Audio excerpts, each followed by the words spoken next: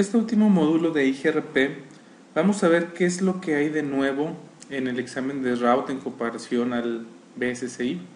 No hay muchos cambios en IGRP, en realidad es un protocolo, como ya lo vimos, propietario de Cisco, que no ha tenido grandes cambios en la historia. Los últimos 2-3 años no hay muchos nuevos features y de hecho no hay nada nuevo como tal en el examen de route.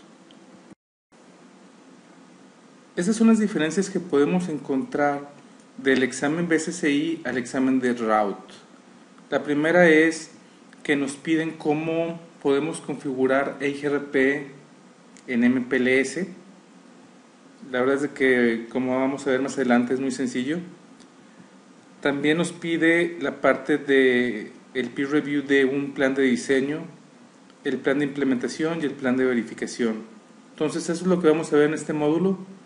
En realidad es lo único que es diferente del BSSI al de route.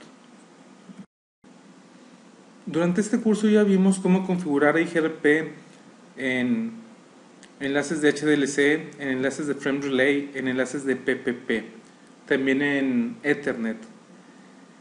Lo nuevo es MPLS. MPLS es un protocolo que se utiliza o que lo utilizan los service providers para darles a los clientes una conexión más barata, porque los enlaces que están en medio no están dedicados al cliente, sino lo pueden usar varios clientes, pero cada uno de ellos dentro de la nube del ISP es una VPN totalmente privada. Entonces eso es lo que debemos de saber que es MPLS. La configuración de MPLS como tal no se ve en el curso de route, se ve en el curso. Hay otra certificación de Cisco como el CCNP, que se llama CCIP, y ahí hay un examen de MPLS donde se ve cuál es la configuración de MPLS como tal. ¿Por qué no se incluye la configuración de MPLS en el CCNP? Porque en las empresas como tal no se configura MPLS.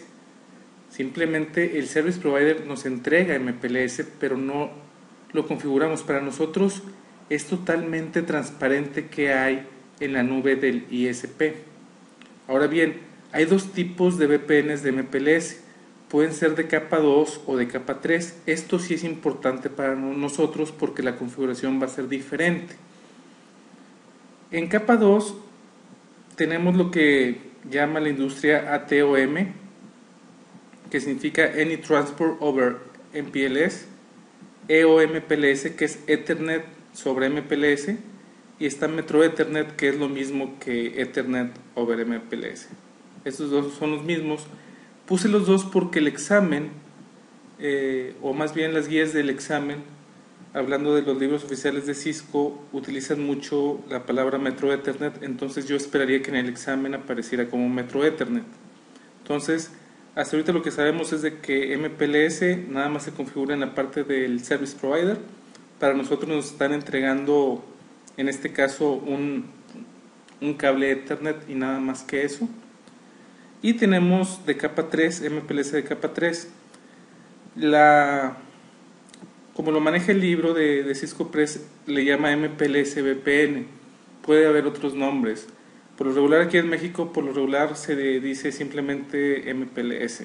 Y cuando decimos MPLS aquí en México es MPLS VPN, que es de capa 3. La interfase que nos entrega en este caso el Service Provider puede ser HDLC, puede ser PPP, puede ser Frame Relay, puede ser ATM, puede ser cualquier cosa.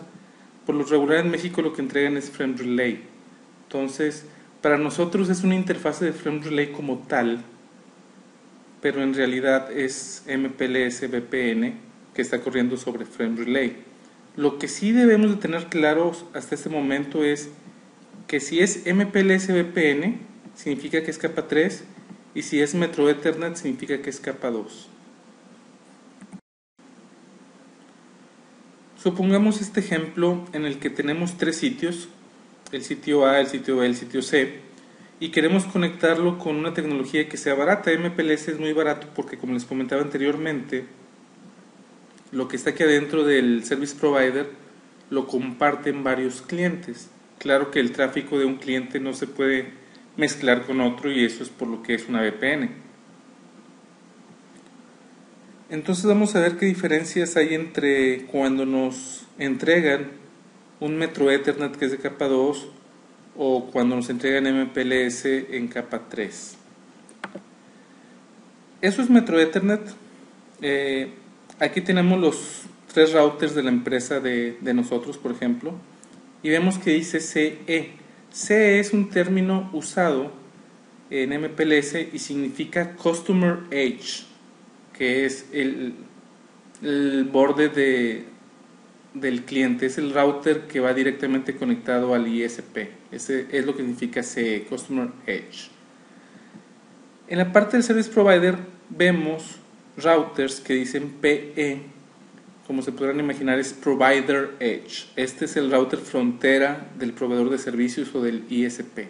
Entonces cualquier router que esté conectado directamente con el cliente es un PE.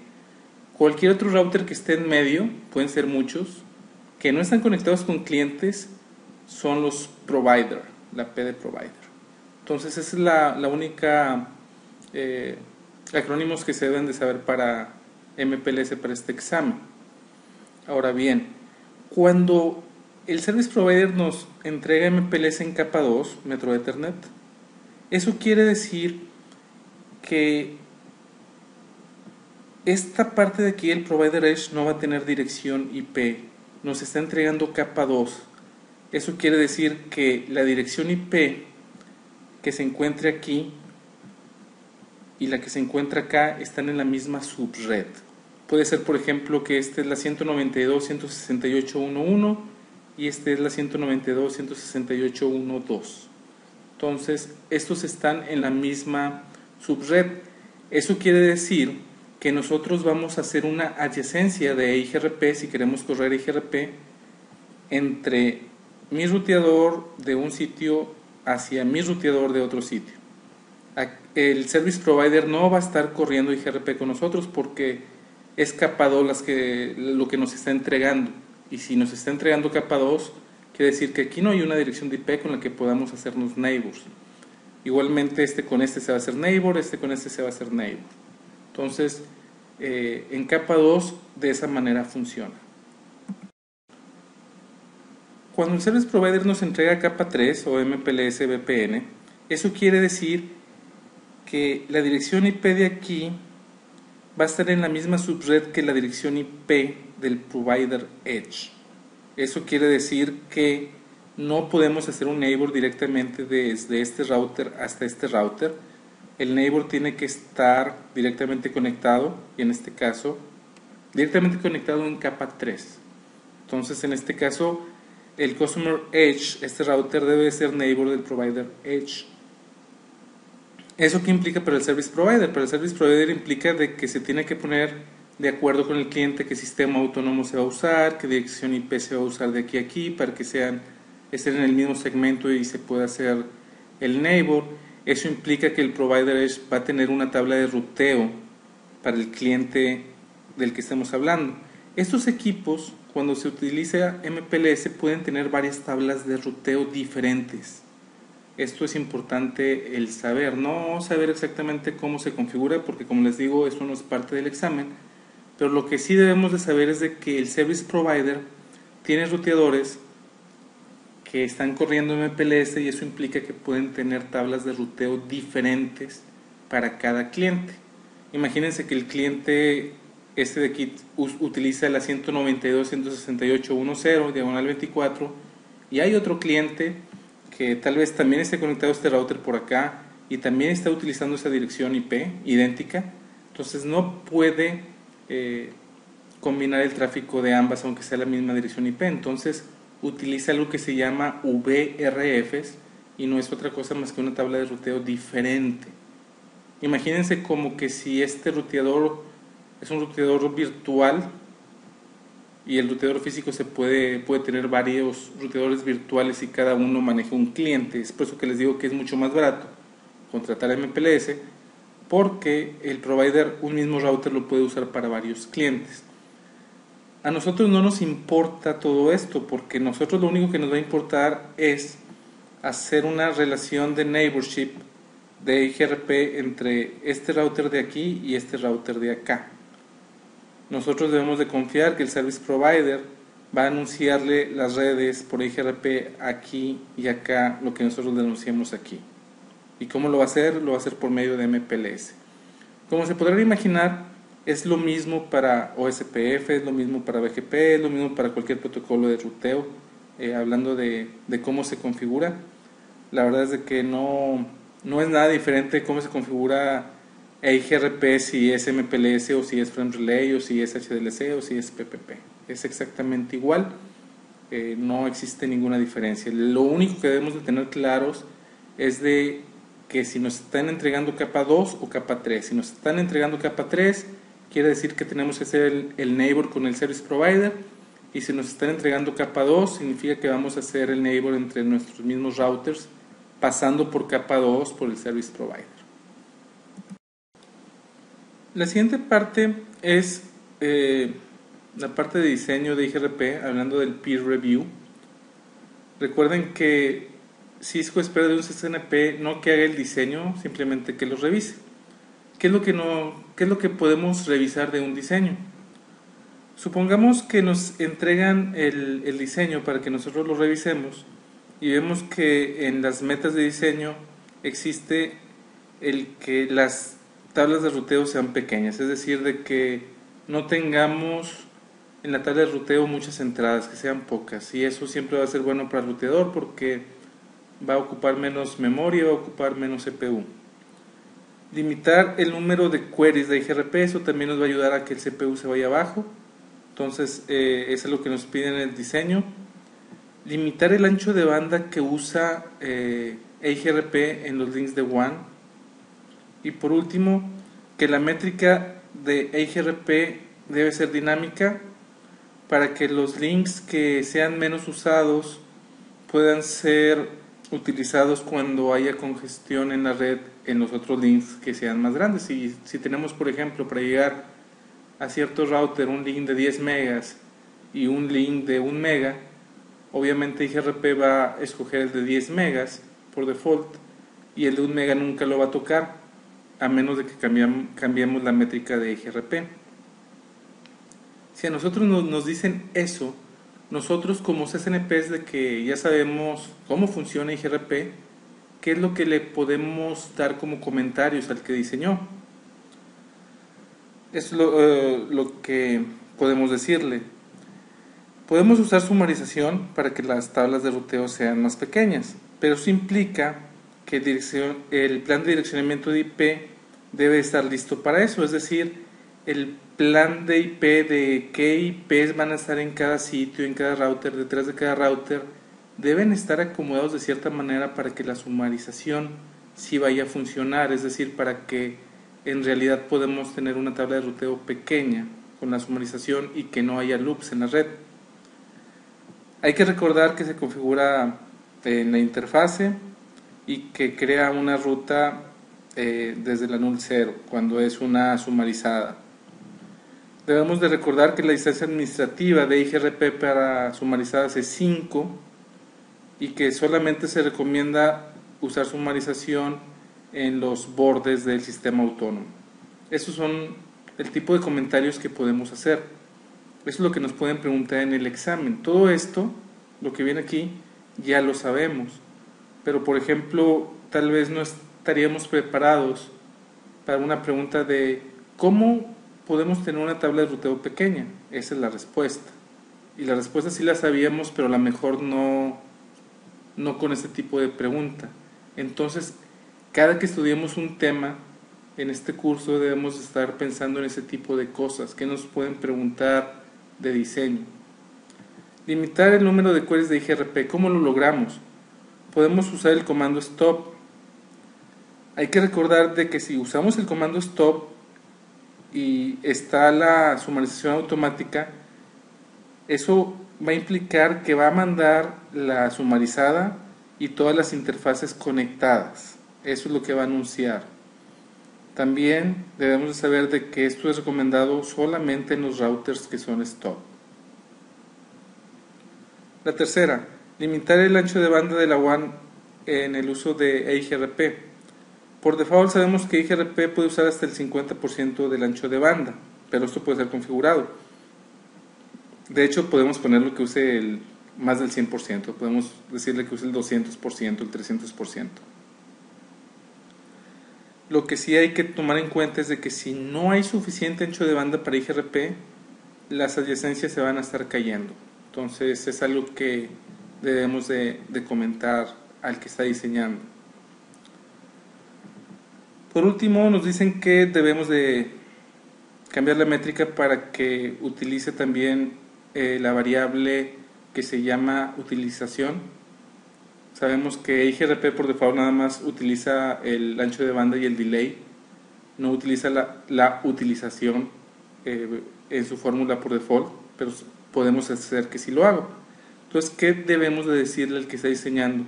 Debemos decirlo, bueno, por default utiliza bandwidth y delay. Si cambias el valor de K en uno de los routers, debes de cambiarlos en todo el dominio de IGRP, porque si no, no se van a formar los neighbors. Eso debe de quedar claro. También debe de quedar claro que para que el ruteador esté calculando una métrica dinámica, eso significa que el CPU va a estar trabajando más de lo que debe, porque cada cierto tiempo va a estar calculando qué tanta utilización está en este link para calcular la métrica, y después otra vez, y después otra vez, y después otra vez. Entonces, eso es lo que nos podrían preguntar. Obviamente este es un subset muy pequeño de lo que nos pueden preguntar, pero yo creo que hablando de IGRP lo más complicado podría ser esto de los queries, y podría ser la parte de sumarización. Tener claro cómo se sumariza, cuándo se debe sumarizar, dónde se debe de sumarizar, dónde no. La parte de los queries, dónde se puede configurar el stop, dónde no. Qué redes van a ser anunciadas si se usa el stop con autosumarización, sin autosumarización, etcétera. Eso debe de quedar bien claro, o lo debemos de tener bien claro, para que cuando alguien nos haga una pregunta de diseño de eso, podamos contestarle de manera correcta. El plan de implementación de IGRP sí es responsabilidad de nosotros, y lo que nos pide es configuración y notas. Por ejemplo, hablando del mismo ejemplo anterior, podemos decir la sumarización en esta interfase de este router se va a hacer con este comando. Ese tipo de cosas es lo que nos podrían pedir en la implementación. Podríamos decir R1, R2 y R3 van a ser router stop con autosummary habilitado. Podríamos decir también el bandwidth de IGRP en todos los links WAN va a ser configurado para que solamente utilice el 25% en lugar del 50% con el comando bandwidth de IGRP o el que sea. R1 no tendrá los valores de default de K, es decir, los de la métrica, y el comando que vamos a utilizar es este. Este tipo de plan de implementación es el que podríamos tener después de lo anterior. Claro, esto es un plan de implementación muy pequeño, pero en el examen no les van a pedir un plan de implementación grande, si es que se los preguntan como tal. Probablemente se los pregunten de otra manera.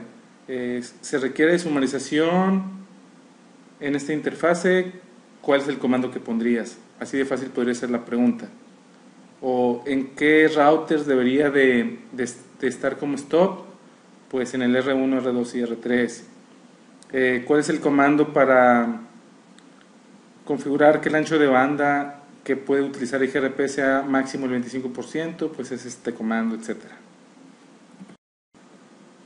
Si a nosotros no nos toca hacer el plan de implementación, probablemente nos toque revisarlo en el peer review.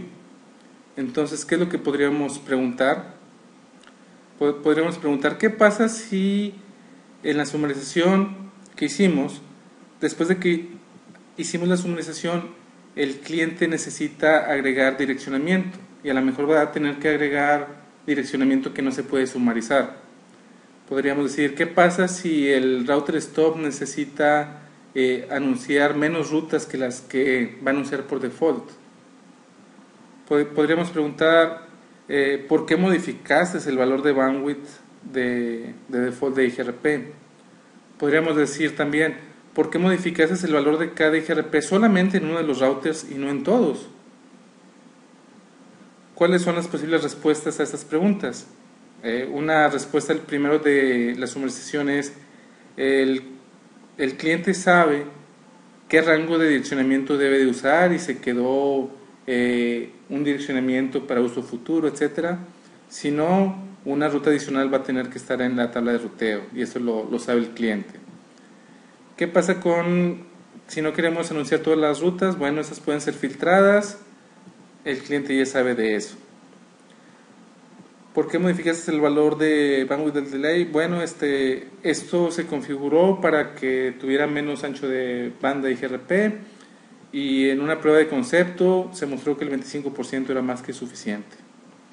¿Por qué modificaste el valor de K solamente en un router? Bueno, aquí me equivoqué, realmente sí debe ser en todos los ruteadores.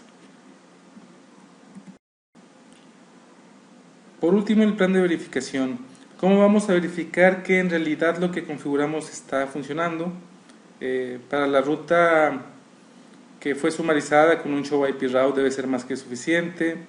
El segundo era lo del stop router con el show IP route debe ser más que suficiente. El tercero de cambiar el ancho de banda en la interfase máximo que puede usar IGRP. Aquí podemos llenar tráfico, ver que con algún software, con algún sniffer, ver que en realidad nada más está utilizando el 25%, por ejemplo, o simplemente verificar que sí esté configurado en la interfase correcta. Generar tráfico, esa es para la cuarta, que es los valores de K. Generar tráfico en algunos links y ver si en realidad la métrica de IGRP cambia dependiendo de qué tanto tráfico existe. Estos 4 ejemplos son sencillos. Yo es lo que esperaría en el examen. Yo no esperaría algo tan complicado porque aunque la documentación sí es muy importante, como les decía en el primer módulo, el examen del CSNP en esta parte de route debe de enfocarse más en el ruteo en sí que en la parte de diseño, implementación y verificación.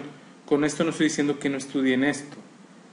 Como les digo, no es de que vayan a estudiar algo extra, van a estudiar exactamente lo mismo. La diferencia es de que lo tienen que ver de manera diferente, se deben de hacer preguntas diferentes. ¿Qué pasa si el cliente me pide X? Con lo que sé de cómo funciona el protocolo, ¿qué feature debo de poner? Por ejemplo, algo que no viene aquí. El cliente quiere asegurarse que un empleado no puede poner un ruteador y empiece a rutear. Bueno, eso nos está diciendo que necesitamos autenticación. ¿Qué tipo de autenticación vamos a poner? Pues podemos poner el ClearText, podemos poner MD5, que es más seguro. Entonces, pues podríamos poner MD5 y la respuesta del por qué es porque es más seguro, etcétera, etcétera. Todo ese tipo de cosas son las que se deben de preguntar. Todos los features que vemos de cada protocolo, tanto en este curso de route como en el de switch, es preguntarse eso. ¿De qué manera el cliente me puede preguntar esto? O si el cliente me pidiera qué, tendría que configurar este feature o esta opción de este protocolo. Eso es lo que se deben de estar preguntando. Con esto terminamos la parte de EIGRP. Lo que les quiero decir es, EIGRP es un protocolo no muy complicado. Para muchos va a ser el menos complicado que vayamos a ver en este curso y tal vez tengan razón. Quitando a RIP, IGRP es el protocolo de ruteo que tiene menos opciones, que se le pueden configurar menos cosas. Lo que les quiero decir es de que aunque lo vean sencillo, estudienlo a fondo, estudien todos los temas que vienen en este curso, todos les pueden preguntar en el examen. Y aunque pueda parecer sencillo, si no practican, por ejemplo, la parte de sumarización o la parte de stop router, se pueden equivocar en qué rutas deben de estar o no deben de estar en un ruteador determinado. Entonces es bueno el practicar para que les quede más claro. Los features no son tantos como ya les dije, entonces no por eso se confíen de que no les vayan a preguntar mucho en el examen.